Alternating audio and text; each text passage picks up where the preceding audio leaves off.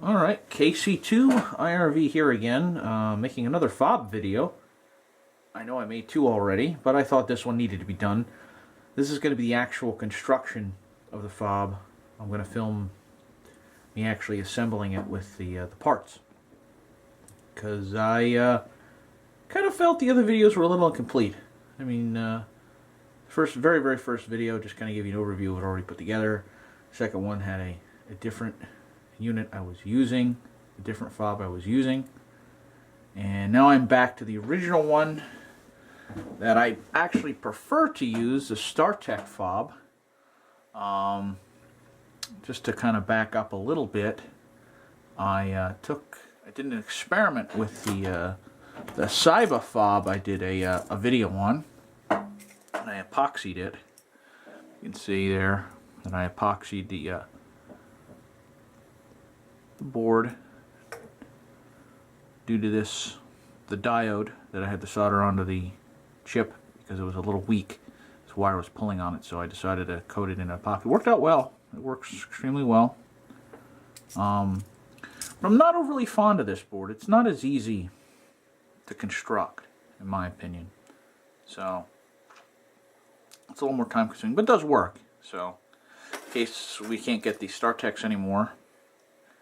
So, and the other advantage of this board is cheaper. It's about $5–6 as compared to about $14 for the other one. So, but I do prefer the other one. It gives you a little bit more real estate to work with. But these work great too. So, this is the Startech fob, as you've seen before. I've already removed the two connectors, the audio connectors. I've already desoldered them. They're through-hole soldered, so they're fairly easy to remove. And the one thing I did not show is this chip here. Actually, let me get a little better of a pointer. My finger's kind of fat and awkward. Oh, it's over here. So, I've added this chip here, and this is the double EEPROM, the 1 kilobit double EEPROM, right on this board. So that what that does for those who don't know, the additional EEPROM, is when you do a write for the audio settings to this board, it will also write the audio settings to the EEPROM itself. So if you couple this board with, say, a radio, when you use this, this audio fob with another and put it on another Allstar node, you should not have to realign the audio. Set the levels again. The levels will automatically be read from this chip. So it makes it a little convenient. Of course, if you put it on a new node and do the radio tune menu and then do a write, that node will then rewrite its audio settings to the conf file and also to this chip and overwrite the settings that were previously there. So nice little addition, pretty cheap. I have a couple of them. I think they're like 15 cents a piece. I have to double check that, but I think they're about 15 cents a piece. So I'm going to go through what I do to modify this fob into a working, functioning Allstar radio interface. So let's go over the components I have. This is 24 gauge wire, stranded. I have a couple of rolls of this. I cut off a piece probably, say, about 5–6 inches long of each of them. And there's 5 wires that I have. Just multicolored, nothing special, just multicolored wire, so that every connection is a different color, so I can document it and reproduce what I do. And here I have 2 LEDs, and one's in red, and this one's about like a yellow greenish. So the red one I use to indicate push to talk output when it keys the radio, and this one indicates a data connection between Asterisk, the Allstar underlying software, and the USB fob. So ideally, when you plug the fob in, this light will light up and begin to flash. which means it's communicating with asterisk. It's passing data. If it is not flashing, and it's just lit, solid, means it's not communicating with asterisk, which oftentimes means you just have to unplug it and plug it back in, and then it'll be recognized. Other components here: transistor, standard NPN. It's a 2N3904 transistor. This is what we use to drive the push-to-talk output. It allows the unit to sink enough current to pull a line low to key the radio. It goes off of the volume down pin off of this IC. And it kind of uses that as a GPIO, and that's how it keys. So it just uses the signal from the volume down. The other components here we have this is a diode, a BAT43. It's a Schottky diode, which means it has a low forward operating voltage. It needs a very, very low forward voltage for it to conduct. And then I have a 10K resistor and two 330 ohm resistors. So this is 10 kilo ohm, these are two 330 ohm resistors. The two 330 ohm resistors are used for current limiting to the LEDs. And that's it. If you wanted to make this really bare bones, you could eliminate these two resistors and these two LEDs. The rest are indicators that are nice to have, and I include them. This is a 50, or is it a 50? Or is it 100? Nope, sorry, 100. It's a 100 kilo ohm multi-turn pot that is placed on the microphone side of the fob. It limits the amount of audio that's coming into the fob from the receive of the radio. It allows you to adjust the audio for that. And then we have a DB9 connector, female, for your interface. Pardon me. Feels like it's getting late. It's not even that dark outside yet. So, what I've done on this fob is, like I said, remove these connectors out of this chip. I have yet to remove, I need to remove the bias, the mic bias resistor, which I mentioned before, which puts about 4 or 5 volts on the microphone line. So we're going to need to remove that. So that's where we're going to begin. So let's move this stuff over.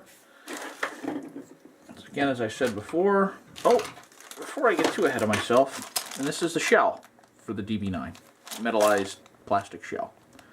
So, not much to say about that. So, as I was saying before, good pan of ice is nice to have. Without it makes a lot of other stuff difficult. So, I'm going to have to adjust the camera angle for you to see anything that I'm doing. I have to go a little bit in here, do some adjusting. So, anyway, there we are. I have to remove that resistor. Now, that shouldn't be too difficult. I say shouldn't. Once again, I use the method where I just kind of sweep across the top of it. I usually add some solder to it just to make it a little bit more amenable to coming off. Oh, there it goes. Off she comes. Usually soak it into the sponge. So that's now clean and clear. The other thing I do, and it's going to be hard to do, especially on camera. I'm going to have to kind of see how I'm going to do this. I have to turn this around.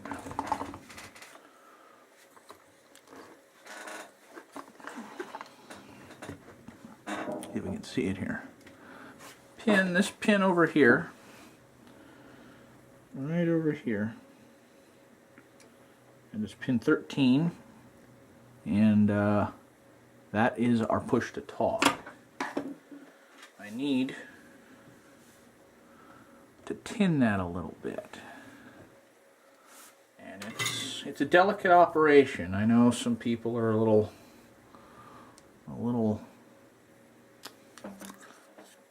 bit afraid to do this.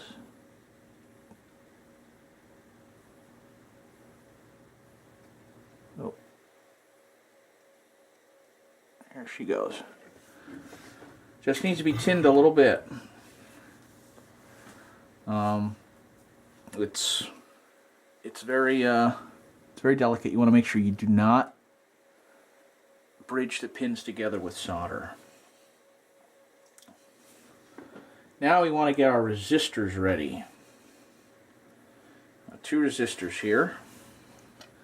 And what I wind up doing with these 2 resistors is, my method is I take the 10K to my right and the 330 ohm to my left, and I hold it. I hold them pretty tightly in my right hand, and I just twist the 330 around the 10K, give it one twist, and then I usually stick it in a hole inside the board and give it a soldering.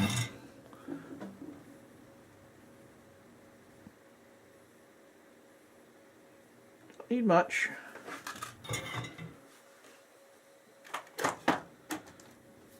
And then I clip it off as flush as I can. There we are. Tricky part is getting these leads to conform the way you want. Let me level this out.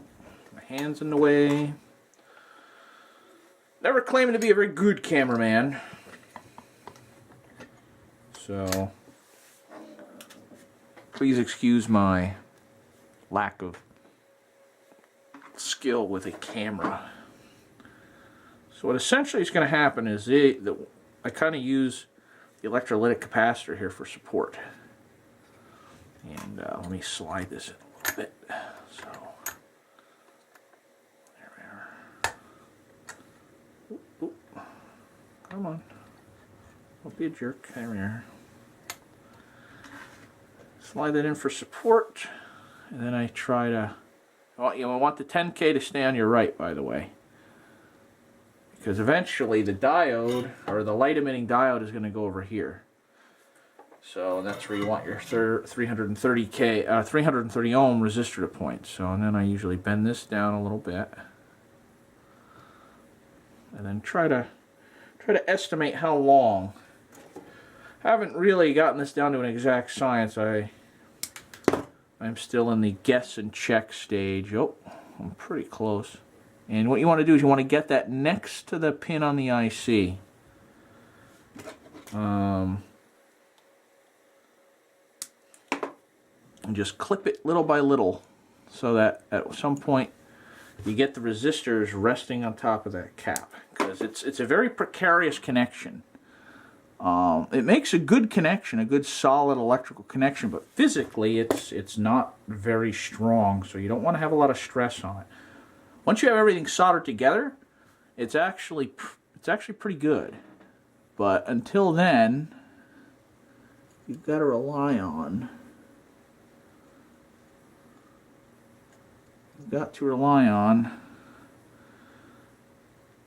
the strength of that single connection.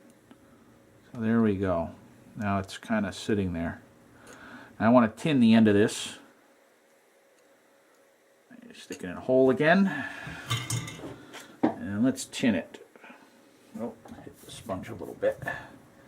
Sponge is key. You really want a sponge. So I know a lot of people don't have a sponge on their soldering iron, but you really need it to keep the tip clean. You know, get a whole bunch of slag on the end of your tip, and that's how you want it bridging connections. Now here comes the fun part. Okay, now we got to solder that connection here. So I got to bend this back down. Just get it in the camera frame here. It's going to be tough. This isn't exactly for the faint of heart of soldering. And trying to keep my hand out of the camera is going to be fun. But you need to hold it against it And I actually need to take my glasses off for this. Some things I just can't see with these on close up. So, my eyes are terrible at far away, but are very good at close up for now. And you get it next to the pin, and all you should have to do is heat it. Just so the solder flows. And then it should actually solder fairly well onto that pin. It's actually, if you can kind of wiggle it around without it bending, then you've done a good job. So it's pretty good. I'm just taking a look at it right now a little more closely. Let me bring it into the light a little further so I can take a look at it a little bit better. Alright, yeah, we are good. We are good to go. So, let me bring this thing up.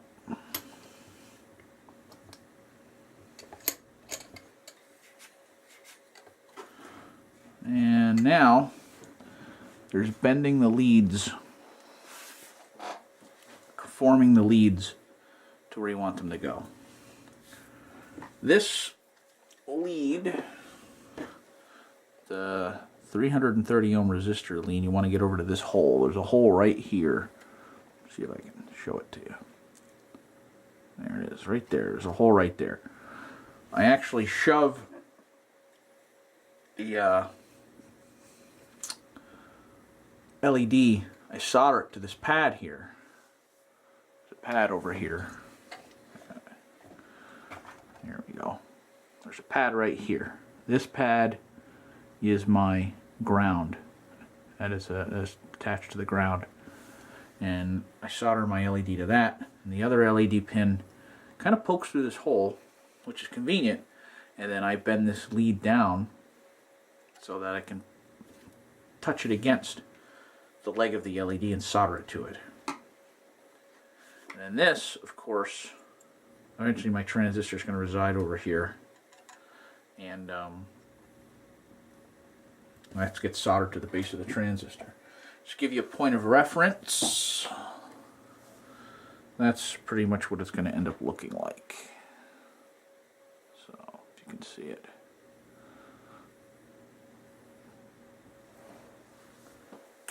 Alright. Now, pretty much the way I wind up doing this is I wind up just bending it down with my finger. I hold these on the top so that I don't put any undue stress on the connection we just made. And I just kind of bend it in like that. And then bend it over. Bend it over in such a way so that it's going to touch that LED once we get it in. And then I clip it short. I want to clip it too short just in case. Got to make an adjustment to it. So there you go. And then the other one, I do the same thing. I gotta take my thumb. I don't know if you can see it or not. My finger's getting in the way. There we go. Just bend it down with my thumb.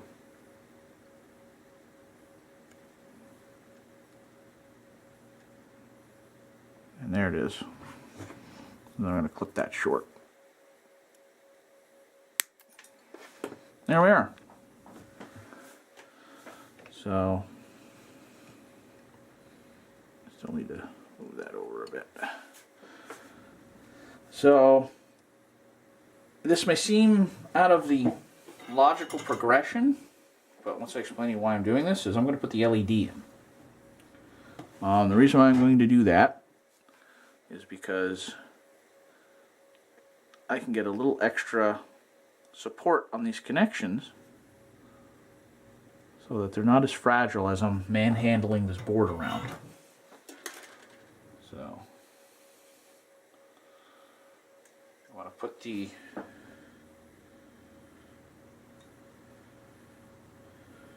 in simple terms, you want to put the shorter end of the LED. There's a short leg and a long leg. Right here, if you can see them. You want to put the shorter leg to ground. And then your longer leg is going to be where you apply the voltage to light the LED, or the positive end. So there we are. I have the LED kind of just sitting there, and now I can, you can do it two ways. You can turn it over and solder it, or you can solder it from the top because it's plated on both sides. It's a through plated hole. I've done it either way. You know, it just depends on what's convenient at the time. So I do that. Oop. And you want to get it straight. Yeah. Mainly because you want it to be functional, but I also want it to look half decent too. At least in my opinion. So there you go. Now it's touching the one leg of the IC, or the LED. And what you're going to wind up doing is getting your iron in there, and there it is. It is soldered. Now we can clip the leads off the bottom. And that LED's in there. Here we are. So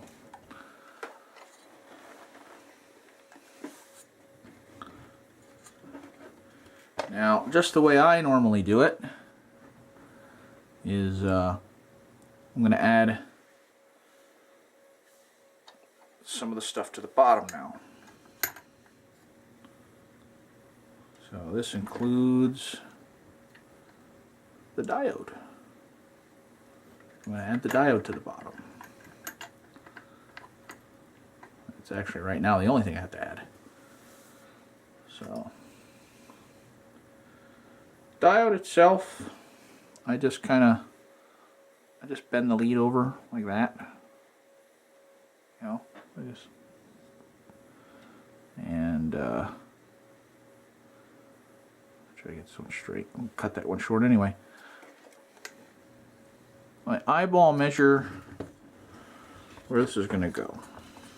Let's bend this down so you can actually see it. There you go. My eyeball measure where it's going to go. I want this to go, in my opinion, right down the center, right straight. So I just eyeball how short I have to make that lead. And we cut it. That's why my desk is a mess right now, by the way. It's cutting these little leads off, and they're kind of all over the desk. Yeah. And I see I want to straighten it a little more.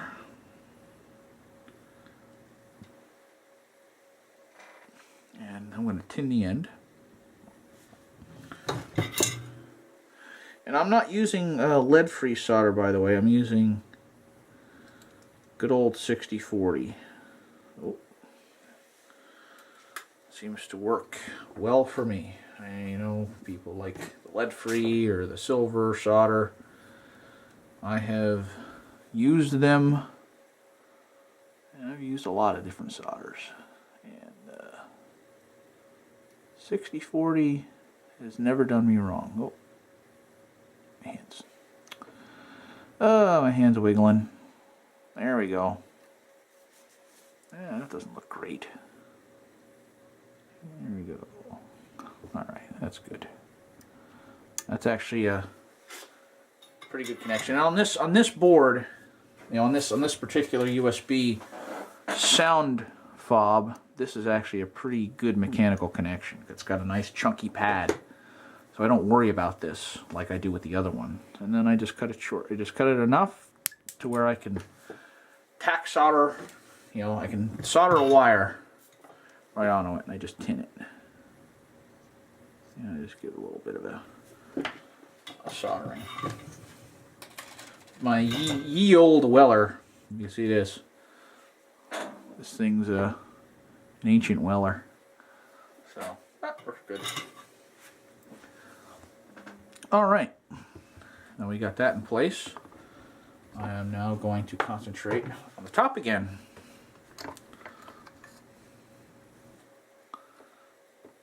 Remember in the last video I meant about the grooves? The grooves in your jaws?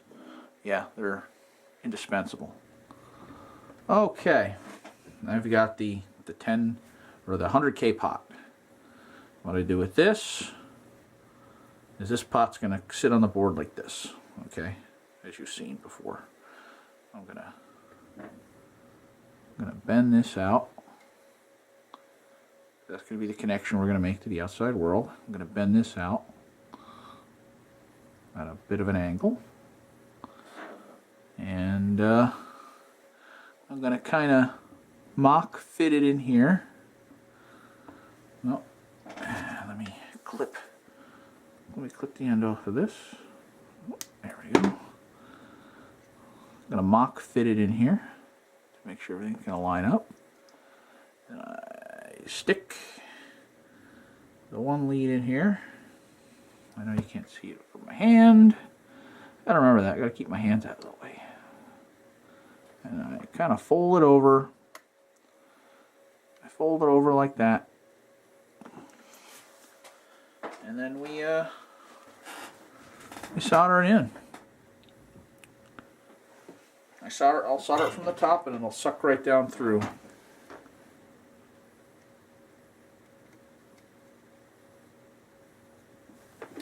There she is.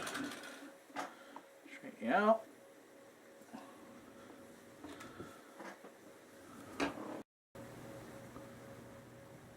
Alright, sorry for the cut in the video. Camera died. Looks like my batteries are not up to the task in this camera for actually doing filming. So I'm going to have to rectify that in the future. Anyway, we got done soldering on our pot. And I soldered it onto the ground pad that's on the top of the board near the crystal.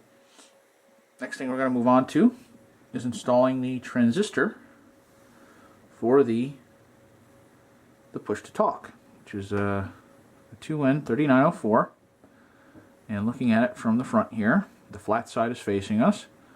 The pin on the extreme left is the emitter.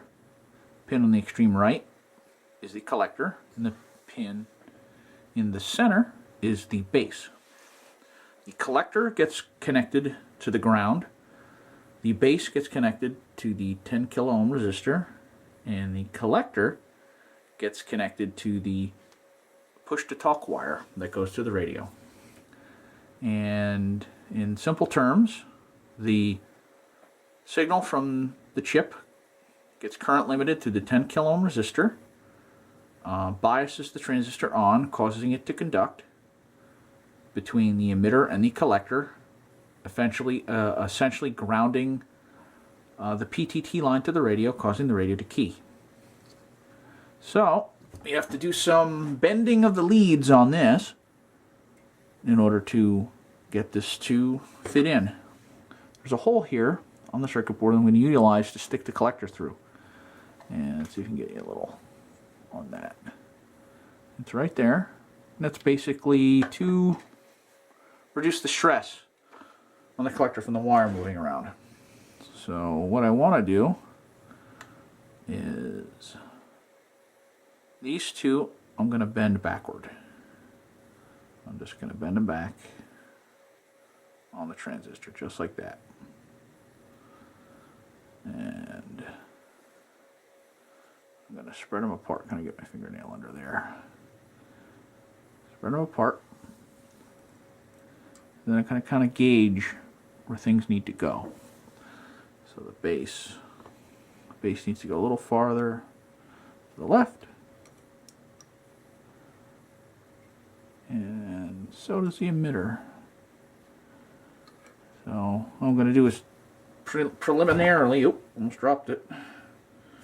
Preliminarily trim these leads. I'll trim them all the way down, but trim them enough that it's going to be easy to get them in. Alright, there we are. The emitter lead looks rather good. The base lead, I'm going to trim quite a bit more. There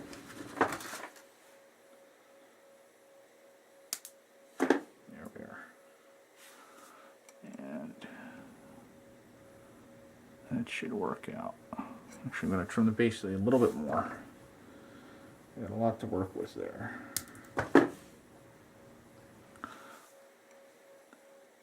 And there we are. Actually, emitter lead too. It's starting to touch.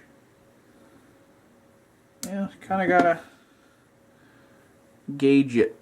What I'm gonna do, stick it in this hole. Just to hold it, I'm gonna tin those leads. Just tin them. Oh.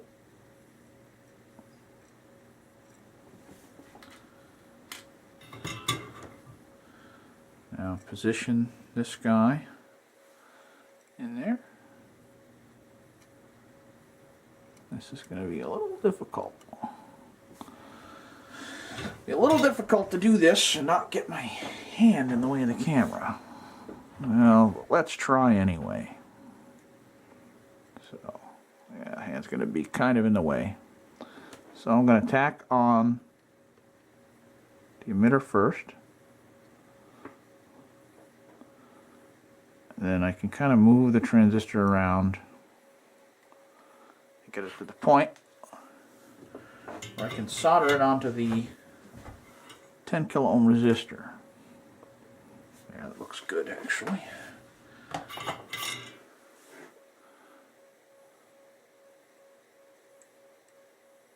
There we are. And that transistor is soldered in. I'm gonna just lead the collector lead. I'm gonna bend up and trim that short.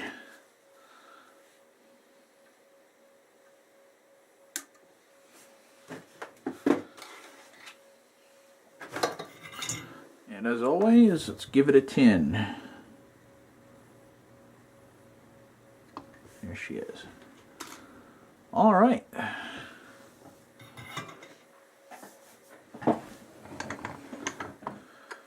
Essentially, this fob's ready to go. But there are some niceties, like I said, that we can put on there. One of them being that heartbeat. That's a little interesting. Oh, I'm turning the wrong lever. There we are. Because essentially, I don't know if you'll be able to see it or not, but I will definitely try. On that board, there's actually a space for a diode. The pin 12 actually goes over to this pad right here. And that's the heartbeat. And what I'm going to do is solder the LED across these two pads. And I'm going to take the resistor from here, solder it to the case here for a ground, right along this pad, and then solder it to the other side of the LED. So, let us get that done. Essentially what I'm going to do is drop the diode. Number one, very important, drop the diode. You want to make sure that the long end is going towards this pad, the very right hand pad. And I'm just going to bend these leads right over, just right flat over, just like that.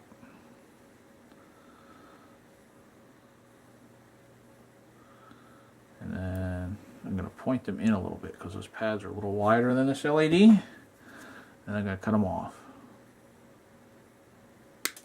Right like that.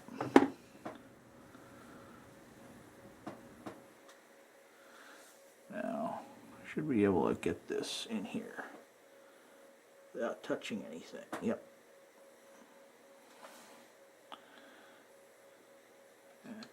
Sometimes you got to manipulate the leads a little bit with your fingers, but one thing I want to do is tin these before I take the board out of the vise. I'm going to tin that. I'm going to tin the pads. There's one, there's two.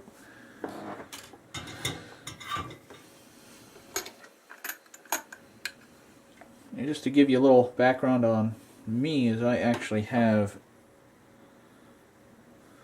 well, I don't know if it's valid anymore. I had a certificate for surface mount soldering, for mil-spec surface mount soldering.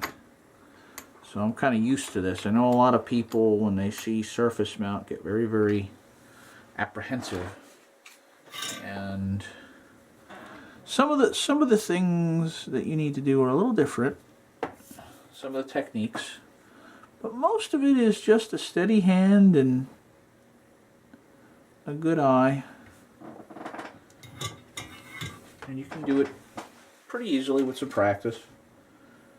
You know, this stuff to me is pretty large. I've done some very, very, very small work. So this is not that big of a deal. Still have to be careful though. It's still not something you can just be very lackadaisical. Otherwise you're going to rip pads off the board, mezzle the board. You know, it's bad stuff. Bad stuff you don't want to happen. So, anyway, I'm going to mount him in here like this actually. Once again, my fat fingers are in the way.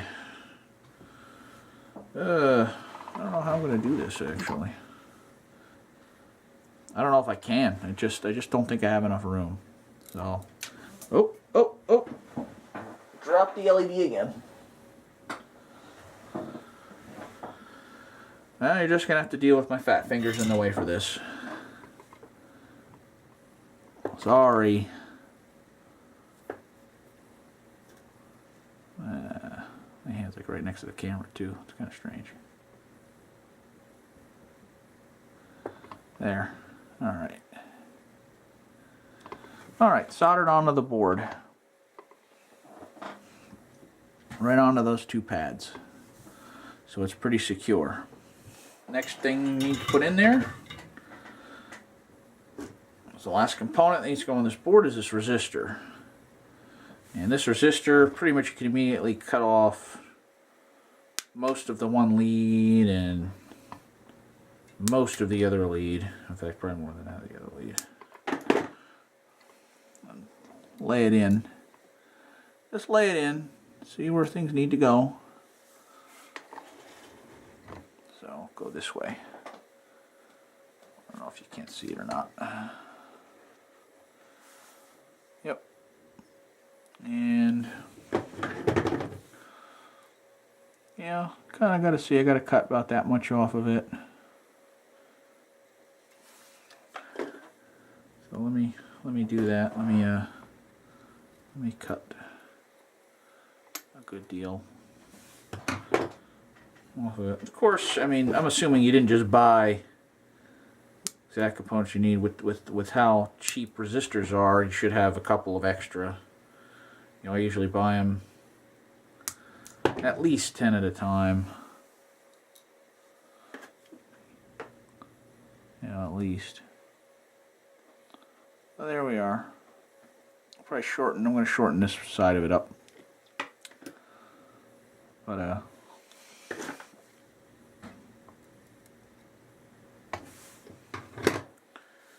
let's do that.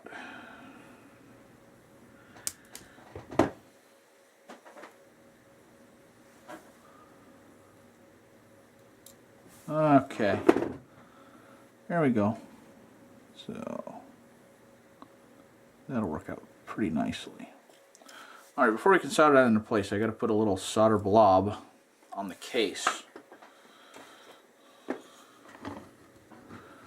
right on the case. Not a lot, just enough. This is a, I have a 42 watt iron here, so this actually is enough to put a, oh, there we go. It's not doing what I want it to. Just put a blob of solder right on the case.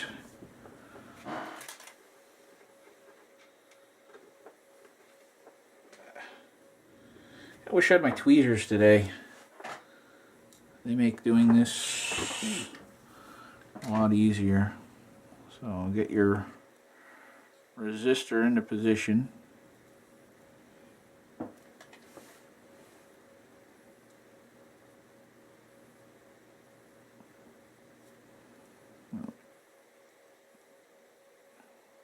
Come on. Here we are.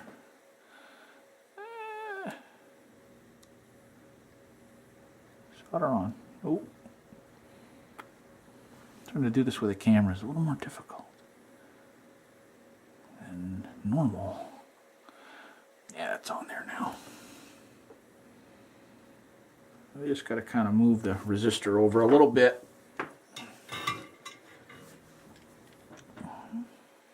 Just to get them into place. And there may be a little bit of a gap between the resistor and the pad it needs to go to, but it's very, very minute. Well, that's due to the body of the transistor.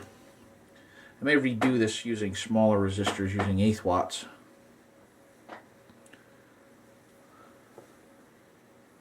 But this is what I have for now. So, and there you go, just a little tiny blob of solder will bridge that gap, create a good solid connection.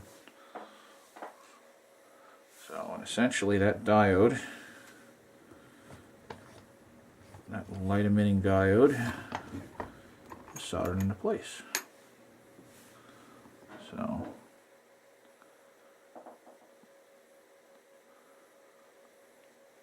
now we have the wires. That's not a big deal. I used to do the wires on the bottom first. Let's get my wires. And I need to strip them. Usually I like to strip them all at once. I like to strip them and tin them all at once.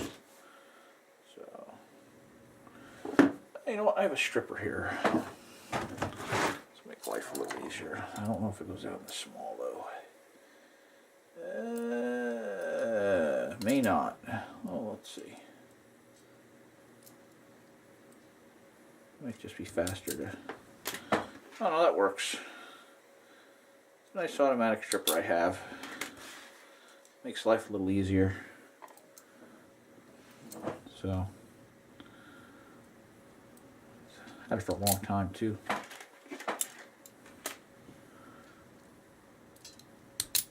Not very expensive. I think this was like $40. It's made by Ideal. Yeah. Actually, I think I got this at Home Depot. Good stuff though. If you're going to strip wire, a lot of wire, that's the way to go. Right there. Nice thing is, something like that, you don't put any stress on the other side of the wire that might be connected to a component. So, but usually I give them a good tin. Noticing a theme here with the tinning. I know I am. They don't mind me. Off my medication today, I guess.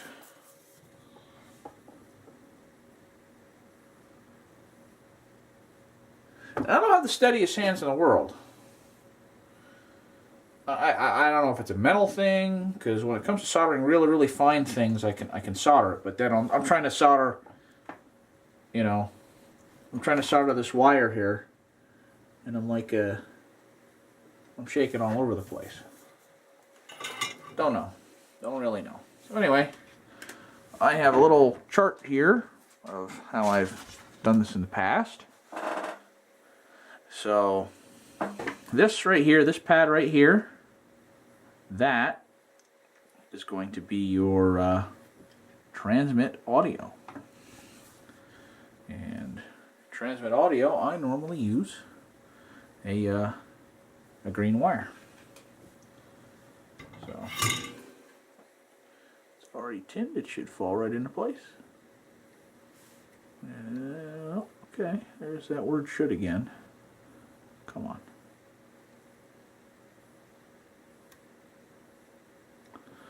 There she is. And we've got black for a ground, which is right here, right next to that hole where the lead for the push to talk is coming out, is a ground pad.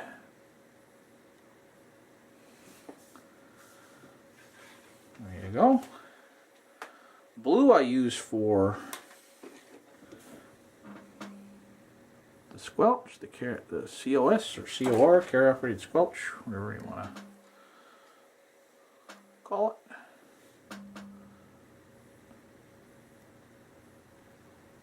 Let's get on the other side. There she is. And that's it for the wires on the bottom. I have a ghost in here. My TYT MD380 just decided to turn itself on. I don't get that. But, oh, that's why. What probably happened is radio died. The battery protection circuit, when the voltage fell below, cut the battery off. Over time, the battery recovered a little bit. The voltage came up, and then it turned back on, and now it's dying again. So, a little side story for you. All right, now have them up here. We only have 2 more wires to solder on. Up here, these are going to kind of get in the way. So let's try to straighten them out a little bit. And I'm going to add a little extra solder to some things. Push to talk is a yellow wire. At least I'm using a yellow wire. You can use whatever you want.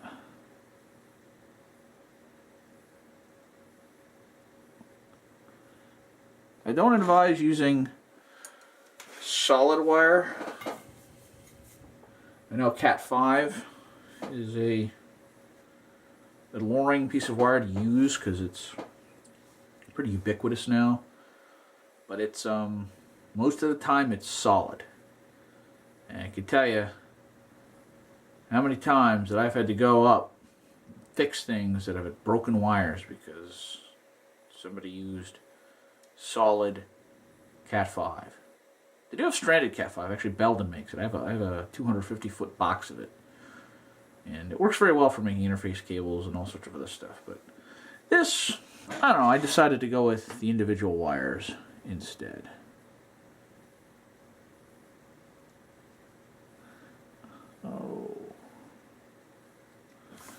Oh, you didn't want to take real well.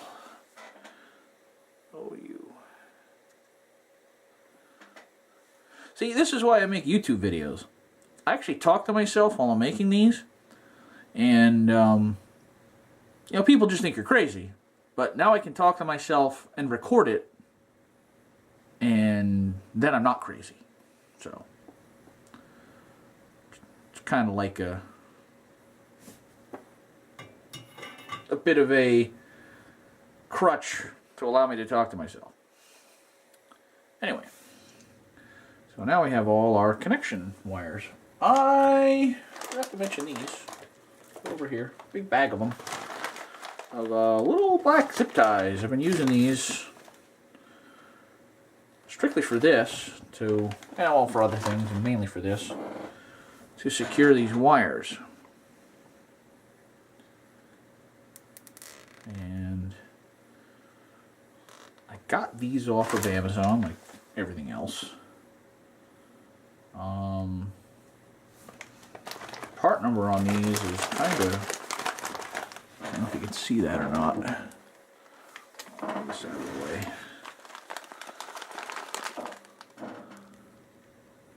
look that up. They're 80 millimeter by 2 millimeter. Bag of 1,000. Don't remember how much they were, but if I bought a bag of 1,000, it was probably pretty cheap because I'm a ham, and most hams are pretty cheap. Some would say frugal, I say cheap, because you know what, I'm cheap. Oh, there we go. All right. There's I put 2 on, and this mainly has to do with me manipulating the wires for getting them on the DB9. Is I'll put 2 of these on so that way they kind of have the strength. The ones that are tack soldered onto the board and the ones soldered onto the diode, you know, so they're not being stressed too much. You know, it helps with that. By the way, when you cut these off, use a pair of flush cutters. I'll tell you what, I've been sliced open so many times by somebody using a pair of like lineman's pliers to cut off these the tails on these things, and they leave this razor sharp end that'll slice you open like nothing you ever seen. So it's more like a public safety announcement. Just use flush cutters, please. You know, that way you keep yourself from bleeding and others from bleeding that may come after you. So with that, I kind of cut all the wires. I'm going to come out of here. I cut all the wires flush. Normally it's flush with the blue one, because the blue one is normally the shortest.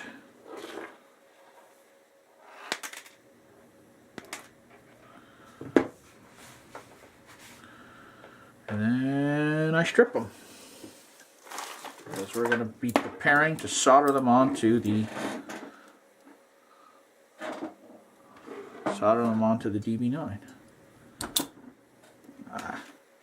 Try not to do that, it like smashes the end of the wire.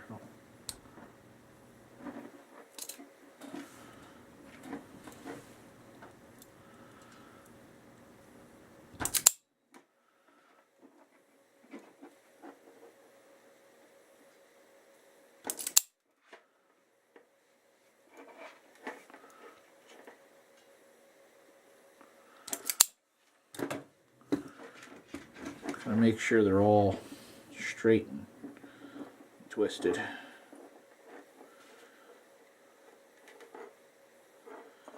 And then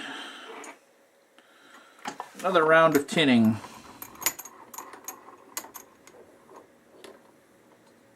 Another round of tinning wires. Those of you, I don't know if you want to, or never really done any soldering before on fine electronics. If anybody needs any advice on any equipment to get, I'd be happy to help you out.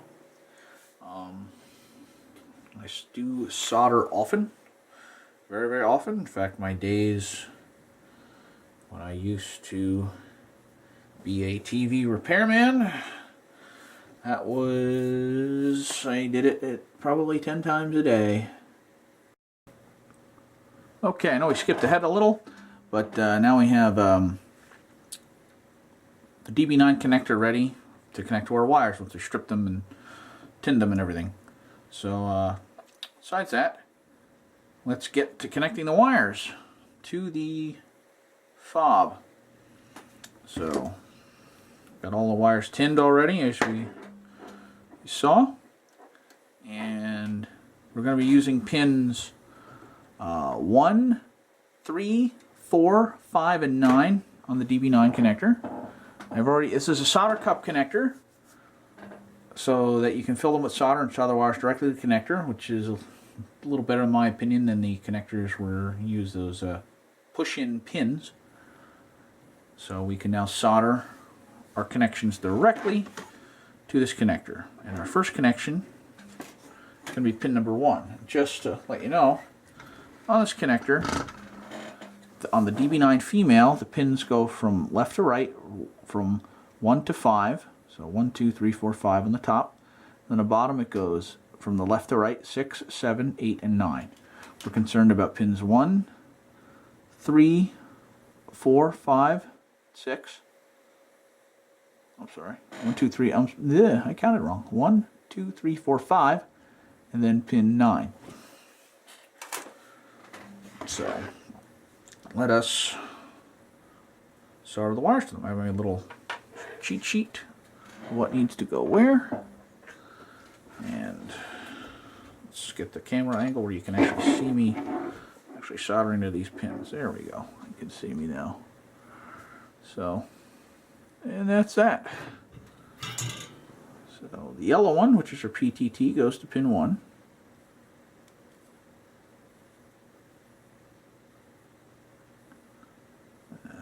Ideally, you want it to go inside, but it's soldered on. Pin 3 is blue, which is for the COS.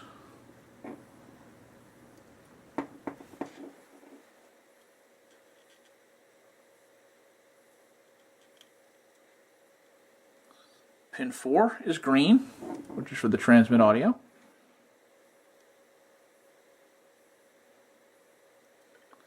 And pin 5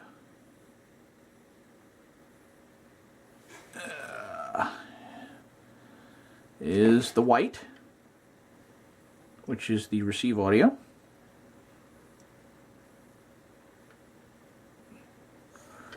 And pin 9 is going to be for the ground. And that's it. Don't want to make this video any longer than it really needs to be. And all you do is you put your back shell on. And that's the completely constructed fob. If anybody has any questions, comments, let me know. It's my call sign, Kilo Charlie 2 India Radio Victor at gmail.com. If anybody's interested in possibly buying one of these off of me, I've been making a couple of them for anybody who do not have the skills to put these together. Message me and we'll work out something. You know, I don't have any problems with helping somebody out, or anyone who would want any more information on this or any information on Allstar and how to set this up. Just give me a yell. I'm more than happy to answer any questions. So this is it for now. I'll be back with some other harebrained idea I want to put on videotape.